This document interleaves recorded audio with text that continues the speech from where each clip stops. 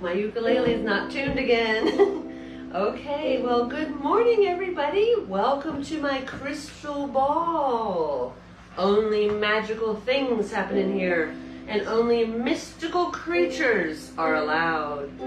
But today, there's also a wizard and a fairy godmother. And dun dun dun! And it is Imagine Your Story Summer Reading with the Rockbridge Regional Library in Lexington. I am Fairy Godmother Wendy, and this is the magical, mythical, incredible Wizard Rose. We hope you are ready to go on this journey with us as we explore the creatures that are found in the depths of our imagination and deep down in the parts of our mind that we don't always know about. Okay, I've lost it. So, we might as well get started. Get storied. We might as well get storied. All right, well, you know how we get started every time is our hello song. Everybody knows the hello song. It has a little bit of sign language in it. We're going to say hello. We're going to say hello. We're going to see what time it is. And this is the most important part. 2 fingers, 2 friends, hugging. This means friends in sign language. So let's get started. Okay, here we go. Hello, friends. Hello, friends. Hello, friends. It's time to say hello again. Hello, friends. Hello, friends. Hello, friends. It's time to say hello. All right, I feel like I'm kind of ready to go now. And we are going to get started with a warm-up song. And you guys, it's been a little while since we've done this one. So it's going to need some scarves or hat or shirts, dish towels. It's the scarf song, you guys. So something you can wave around. Rose is going to choose to wave her cape around. I have my scarf. You out there in Storytime land, find something you can wave around. Something you can do this with. Okay, so if you have your stuff, it could be socks, it could be your brother's underwear, it could be your sister's. It could be your sister's underwear. It cannot be your mother's underwear or your father's underwear. Yes, it can. Or it can be whatever. It can be your hands. It could be your cat's tail. It should never be your cat's tail. All right, so let's wave them together. Can you do this? All right. 1, 2, 3. We wave our scarves together.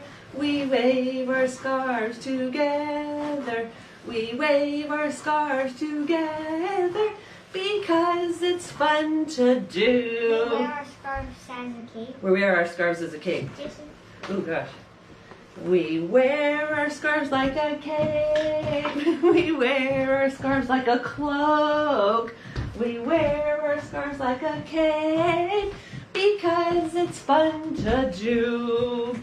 Now, we're gonna toss our scarves in the air and catch them. All ready?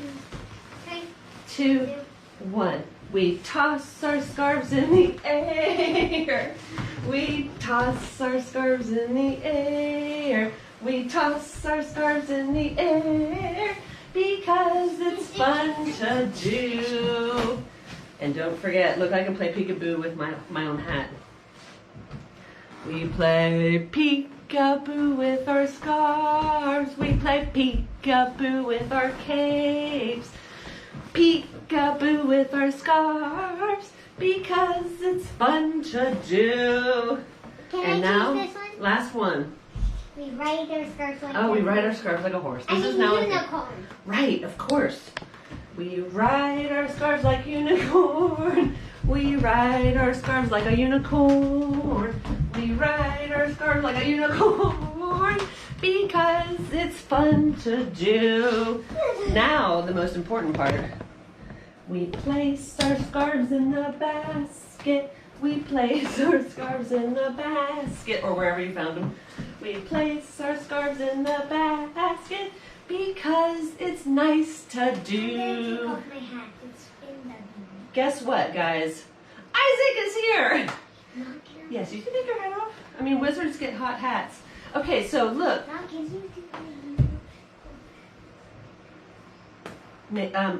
I'll let you know when I'm going to do the unicorn facts one book. So, guys, so I know you're here. If you don't mind commenting and letting me know you're here so that I can say hi and see what kind of mystical, something to think about during story time today. Do you have a favorite magical creature? Mystical creature? Mine is a unicorn. Unicorn? A unicorn mermaid. A mermicorn. Unimerm? Unimaid? Mermicorn. Excellent. Okay, well, I like That's this. not really that. It's just a mermaid. And my She has a second horn? favorite is that. Oh, okay. And my favorite mystical, magical creature is a cyclops. Why not? Okay, so if you're ready for a story. Three-headed, I like three-headed things too. Anyway, I apologize. This ukulele is out of tune, but we're going with it. If you're ready for a story, clap your hands. If you're ready for a story, clap your hands. If you're ready for a story, if you're ready for a story, if you're ready for a story, clap your hands. If you're ready for a story, stomp your feet. If you're ready for a story, stomp your feet. If you're ready for a story, if you're ready for a story, if you're ready for a story, stomp your feet. If you're ready for a story, sit real still. If you're ready for a story, sit real still. That's not still. If you're ready for a story, if you're ready for a story, if you're ready for a story, sit real still. Where'd she go? Where'd she go? She's disappeared. All right, this tells me that Rose is ready for a story. Isaac, are you ready for a story? Who else is ready for a story out there? I am. Okay, so, you guys. Bless you. Oh no, Mark's putting it back. All right, guys, first book. This was a book first introduced to me by my friend Emmett. He brought this one into school one day, and I read it, and I thought it was hilarious, and then I got hungry. So I thought... You literally did? No. Well... For tacos? Probably, yeah. For tacos. Because I'm already hungry for tacos. Well, maybe we'll have tacos for dinner tonight. Yay! Okay, so this one is fun because... Oh, you're going to sit down there? Good. When I think of mythical, magical creatures, when I imagine my story, some of the creatures that always show up is going to be dragons. you got to have a dragon in a mythical, mystical, magical story. Okay, so of course, I didn't know that dragons love tacos. So this is not only funny, it's educational. All right, dragons love tacos. Oh, Lil and Viv are here. Hi, girls. Hi. We'll see you. Hi. Okay, so I'm going to wait for Mark to move on in so we can see the pictures. Dragons love tacos. This one is by Adam Rubin, and it's illustrated by Daniel Salameri. Illustrated means they do the pictures. They draw the pictures, create the images. Oh, so many tacos. Tacos on a page. This one is published by Dial Books and young readers. Excuse me, Dial Books for young readers. Dragons love tacos. Taco Cave. Hey kid, do you know that dragons love tacos? They love beef tacos and chicken tacos. They love really big, gigantic tacos and tiny little baby tacos as well. I don't think you knew that. I do. Why do dragons love tacos? Maybe it's the smell of the sizzling pan. Maybe it's the crunch of the crispy tortillas. Maybe it's a secret. Either way, if you want to make friends with dragons, tacos are key. Hey, dragon, why do you guys love tacos so much? Look, he's holding a bag on his tail. But wait, as much as dragons love tacos, they hate spicy salsa even more. They hate spicy green salsa and spicy red salsa. They hate spicy chunky salsa and spicy smooth salsa. If the salsa is spicy at all, dragons can't stand it. Why do dragons hate spicy salsa? Well, just one drop of hot sauce makes a dragon's ears smoke. Just one speck of a hot pepper makes a dragon snort sparks. Spicy salsa gives dragons the tummy troubles. And when dragons get the tummy troubles, oh boy. If you want to make tacos for dragons, keep the toppings mild, okay? Tomatoes, check. Lettuce, check. Cheese, oh yeah, check. Yeah, I love cheese. Yeah, that's crucial. And there are these are all good toppings for dragons. For tacos or for dragons. Hey dragon, how do you feel about spicy taco toppings? That's the noise you made. Just at the thought. Dragons love parties. They like costume parties and pool parties. They like big, gigantic parties with accordions. Now, who wouldn't like that? And tiny little parties with charades. The one that people would like the most is the pool party, I think. I think that's the one I'd like the most. Me too. Why do dragons love parties? Maybe it's the conversation. Maybe it's the dancing. Maybe it's the comforting sound of a good friend's laughter. Oh, there goes my hat. The only thing dragons love more than parties or tacos is taco parties. Taco parties are parties with lots of tacos. If you want to have some dragons over for a taco party, you'll need buckets of tacos, pant loads of tacos. The best way to judge is to get a boat and fill the boat with tacos. That's about how many tacos dragons need for a taco party. After all, dragons do love tacos. Wait. We've established this, yes. Oh, that's one cool taco. Hey, dragon! Are you excited for the big taco party?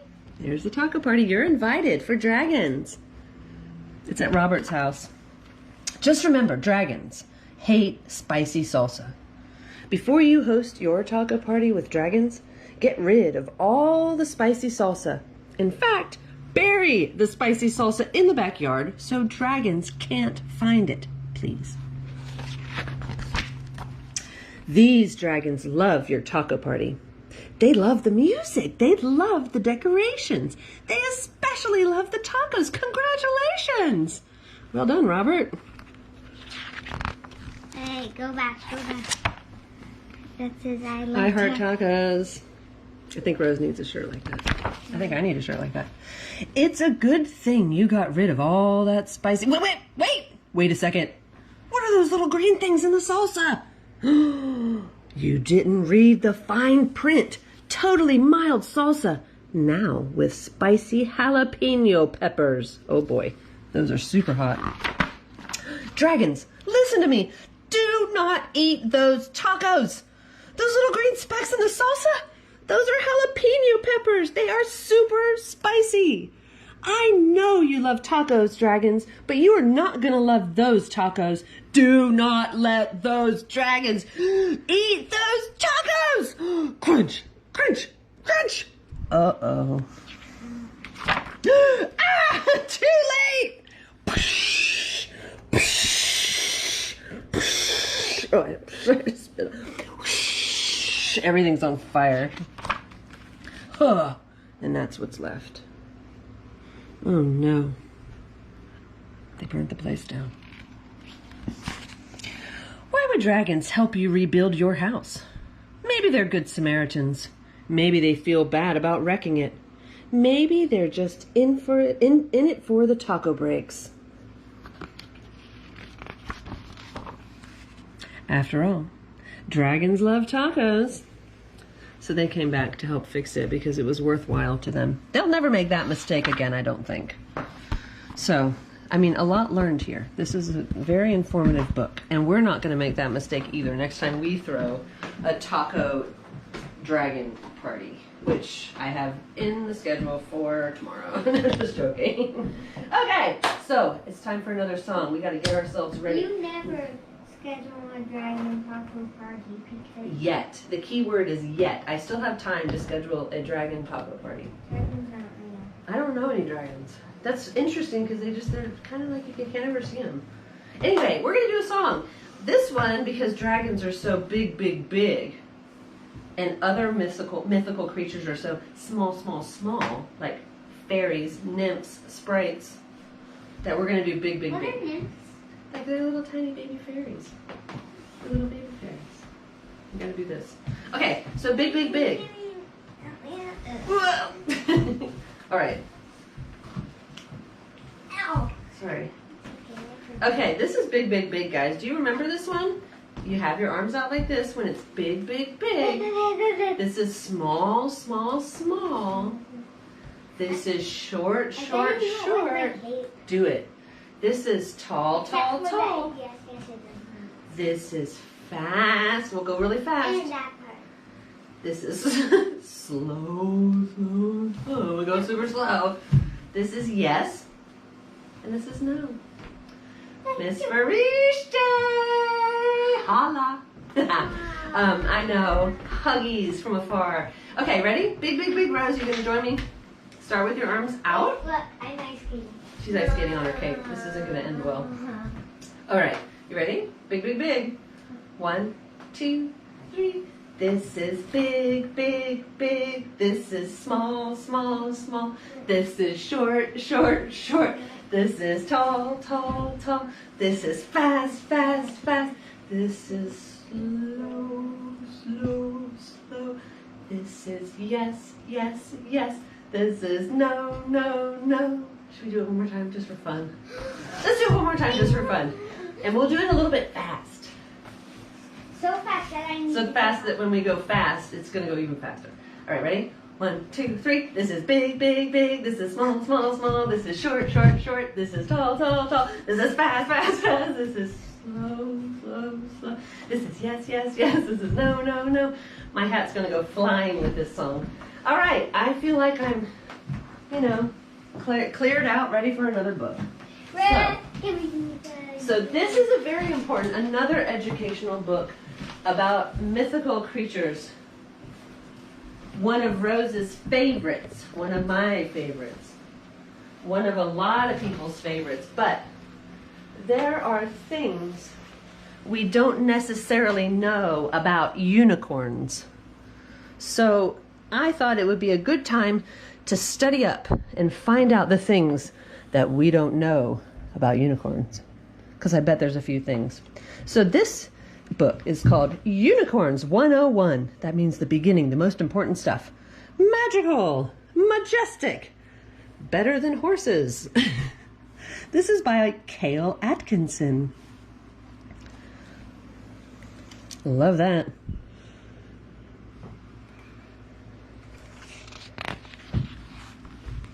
This one was printed by Doubleday Books for young readers by Cale Atkinson. Excuse me. All right. This is a brand new book. Came out last year. Unicorns. You've seen them. You love them. But how much do you really know about them? Meet the top unicorn scientists working today. You've got Professor Glitterpants. He's the grand unistorian. Means he's a historian for unicorns. Professor Sprinkleseed. He's a doctor of magic, or she. Professor Starhoof, who is the rainbow metrics specialist.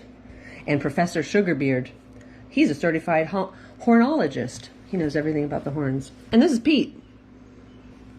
These unicorn masterminds, with the help of their trusty lab assistant, Pete, are here to bring the facts, settle the mysteries, and show us what the deal is with unicorns.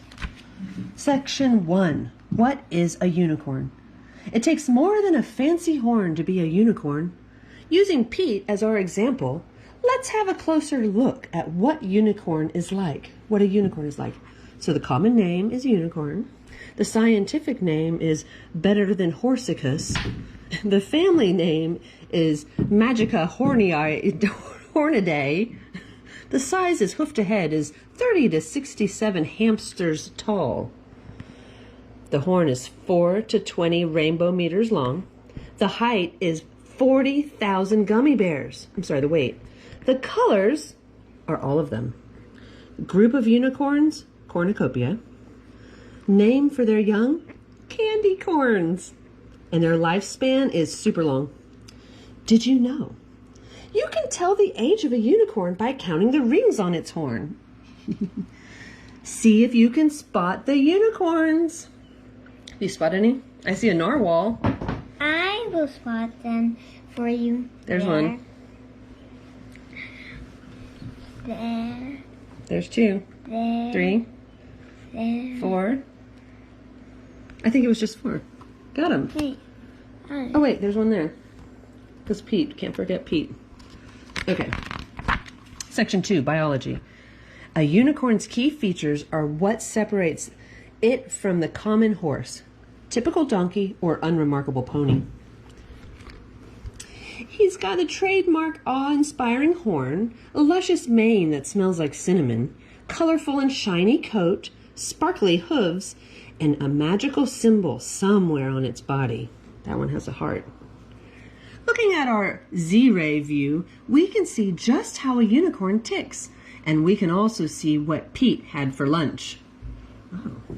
Looks good, Pete. Wow, he's got trains and rainbows and half a donut and an apple. Interesting. Section 3, the horn of the corn. Unicorns are known for their legendary horns made of 50% magic, bless you, 45% mystery, and 5% sugar. Unicorn horns are full of unknown and unpredictable powers. Cases of unicorns accidentally using their horn powers include Sparks Sprinkletoot, 1990, made it rain waffles for a week. Peppy Powerhoof in 1982 made the rainbows shoot out of the eyes of a chicken named Gus. Unicorns have many different uses for their horns. Pete will demonstrate. Well, donuts. Roasting marshmallows, of course. Piñata. Donut holder. Tent pole. Marshmallow stick. Piñata smasher. Section 4. Diet and digestion. A unicorn's diet is important to keep coats glittery, manes full, and horns strong. While horses may be happy eating boring old hay, unicorns crave the finer things. Things unicorns eat. Ruby and emerald flapjacks, 24-karat cake, peanut butter and pixie dust sandwiches, Things unicorns avoid: salad bars, cheese platters, and utensils. In the name of science, we need to cover what happens after a unicorn eats. Professor Starhoof, are you sure? I'm afraid we must, for science. Like all other animals, unicorns have to go to the bathroom. With one slight difference. Unicorns poop cupcakes. Yes, cupcakes. Bake sale, yeah. This is why you'll never find a unicorn at a bake sale. Guess what I've got? This here is a unicorn poop. And Rose and I will eat that. Okay, I'm going to put that down. Okay. Section 5, unicorn types. Did you know there are a large variety of unicorns?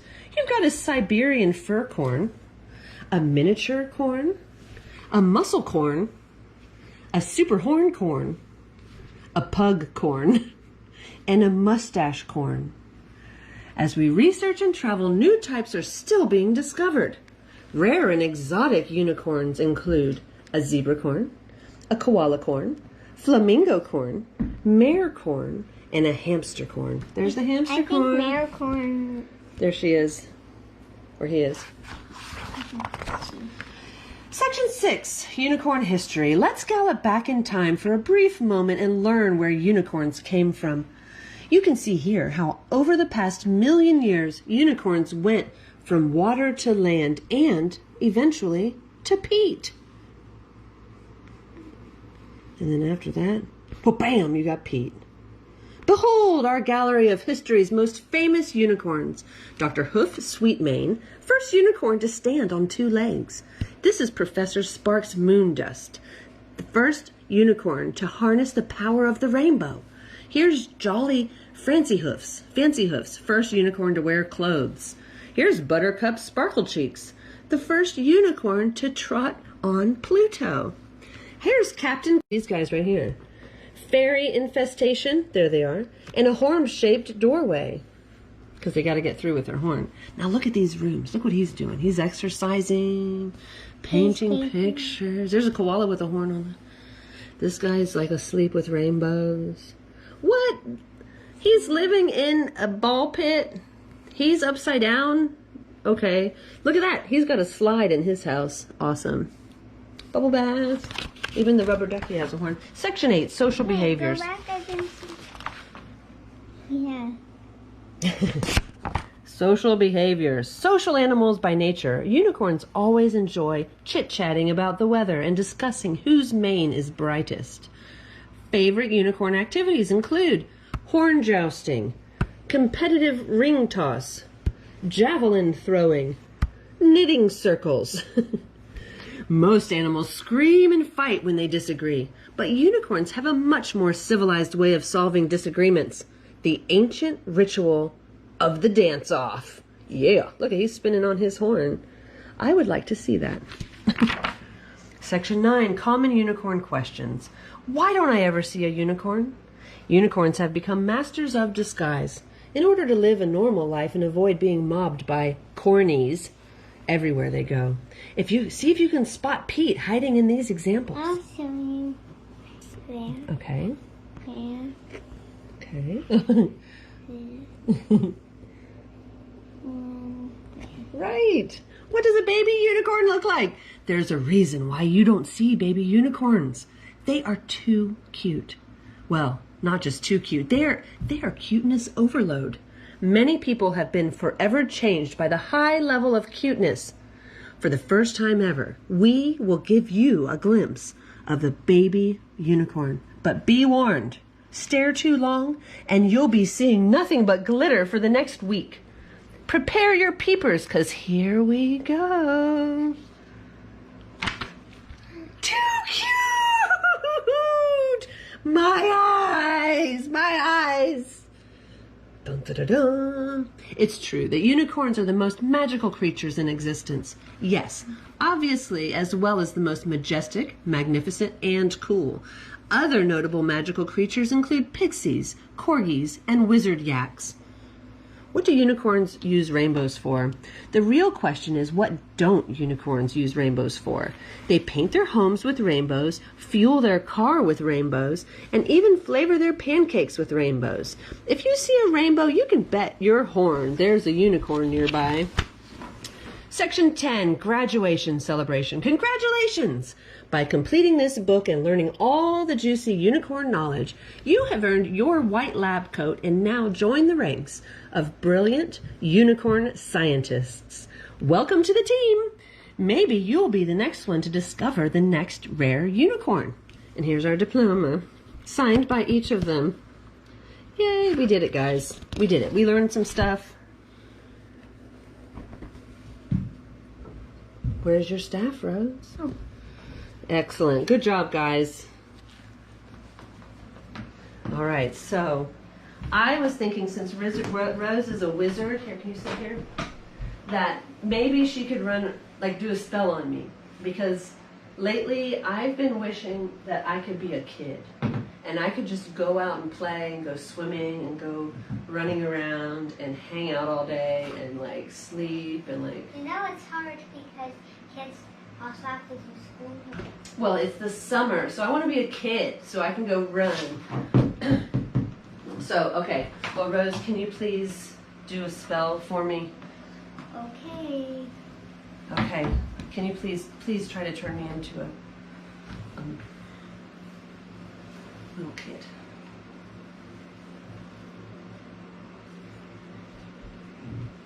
Just make something up.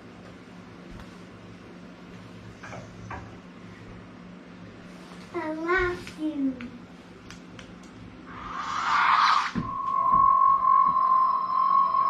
Again. One more time.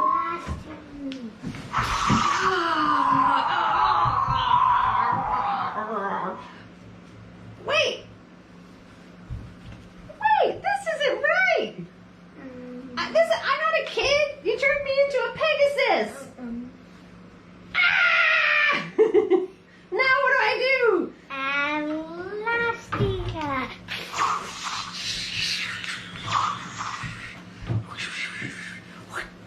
What? An owl? Who did this? Who did this to me? I want to be a kid. Who? Can you try one more time? Please, just change me back. I don't want to be a kid anymore. I want to be a person. Ah! Elastia.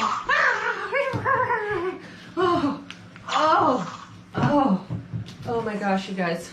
That was scary. Rose, remind me never to ask you to turn me into a kid again.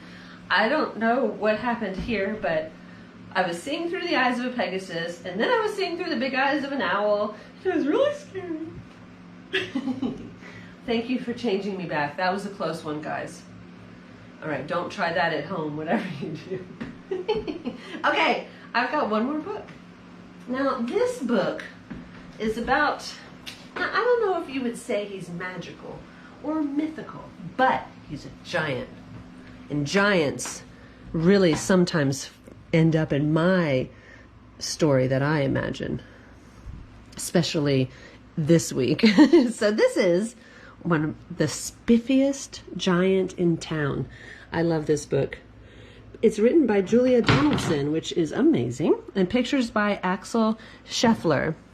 Now this is the Gruffalo people, which everybody loves. So let's find out about this spiffy old giant. This is published by Dial Books for young readers. George was a giant, the scruffiest giant in town. He always wore the same pair of old brown sandals and the same old patched-up gown. I wish I wasn't the scruffiest giant in town, he said sadly. But one day, George noticed a new shop. It was full of spiffy clothes.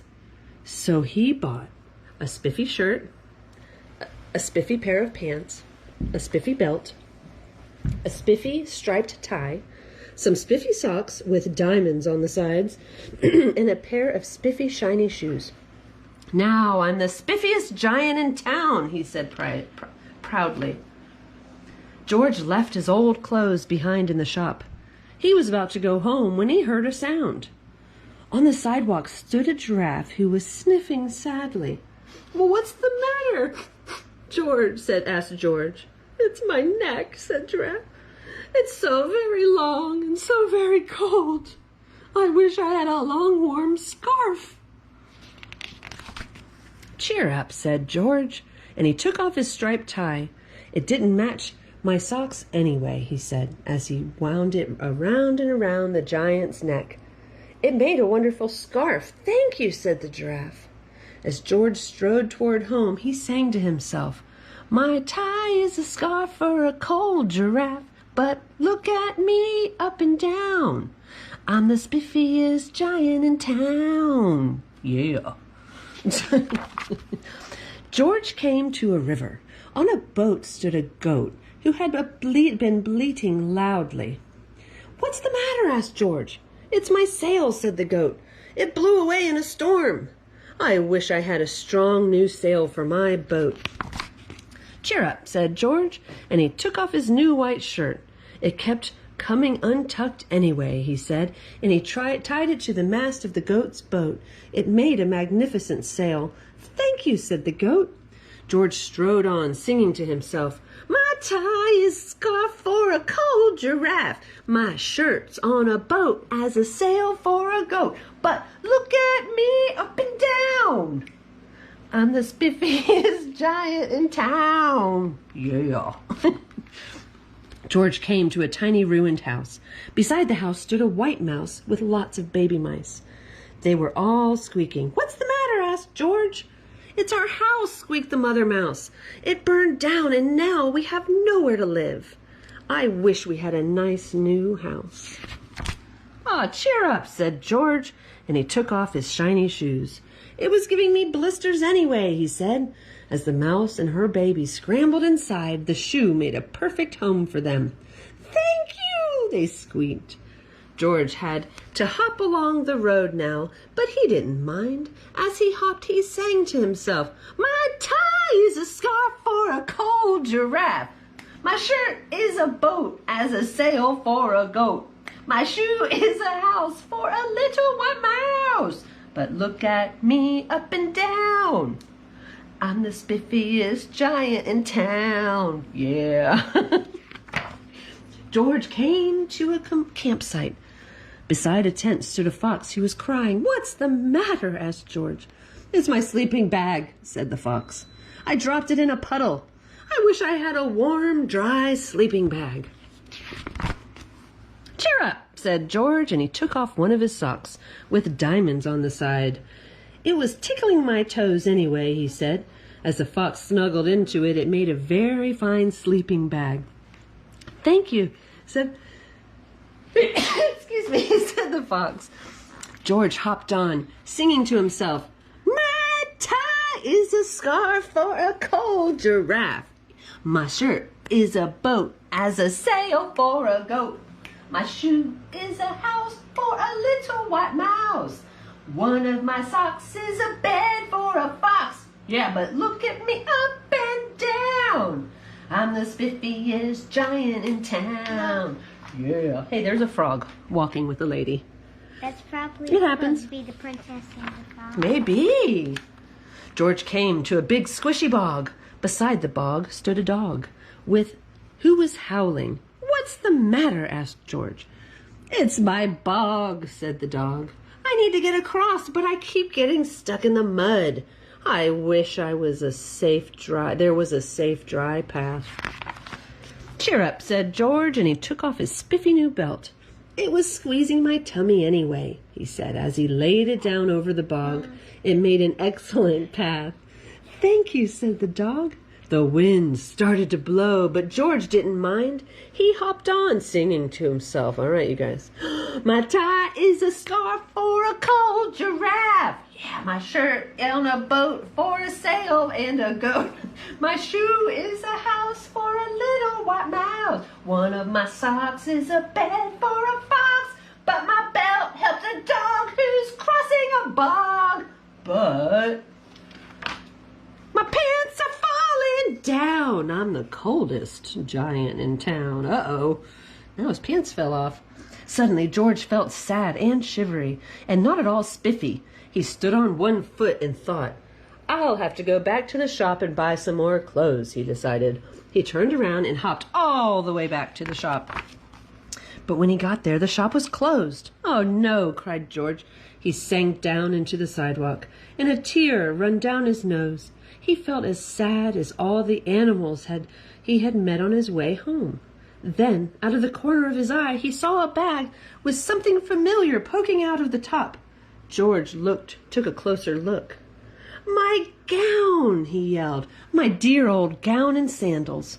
George put them on. They felt wonderfully comfortable. "I'm the coziest giant in town," he cried, and he danced and back home all along the road. Outside his front door stood all the animals he had helped. They were carrying an enormous present. "Come on, George," they said, "open it." George untied the ribbon. Inside was a beautiful gold paper crown and a card. "Look inside the card, George," said the animals. George put the crown on his head and he opened the card. Inside it said, "You gave your scarf to a cold giraffe, your shirt on a boat as a sail for a goat, your shoe is a house for a little white mouse, one of your socks is a bed for a fox. Your belt helped a dog who was crossing a bog, so here is a very fine crown to go with your sandals and gown. Go with the sandals and gown of the kindest giant in town." The end. Yay. It all worked out. Because he was kind. Okay, Rose. It's time for a couple things before we wrap it up. The first thing is our hand washing song. We will never forget to do this. Whenever you're washing your hands, whenever, you can sing this song and it tells you how long it's going to be. Tops and bottoms, guys. Okay, so. Rub them together, rub them. All right, you ready to do it? 1, 2, 3. Tops and bottoms, in between, in between. Rub them all together, now they're clean, squeaky clean. Hey Rose, you want to do it like the round robin style like we did before? Like you start it out and I'll do it after you? No. Okay. Try it again next time. One more round. Tops and bottoms, in between, in between. Rub them all together, now they're clean, squeaky clean. And now I can go eat my snack. Okay, it's the goodbye train, Rose. Are you, Wizard Rose, going to join me on the goodbye train? Because some mythical creatures, we've got places to go, and the goodbye train doesn't always stop at those locations. So, are you coming with me, or are you going to do something else? Rose, I think, are you going to just disappear?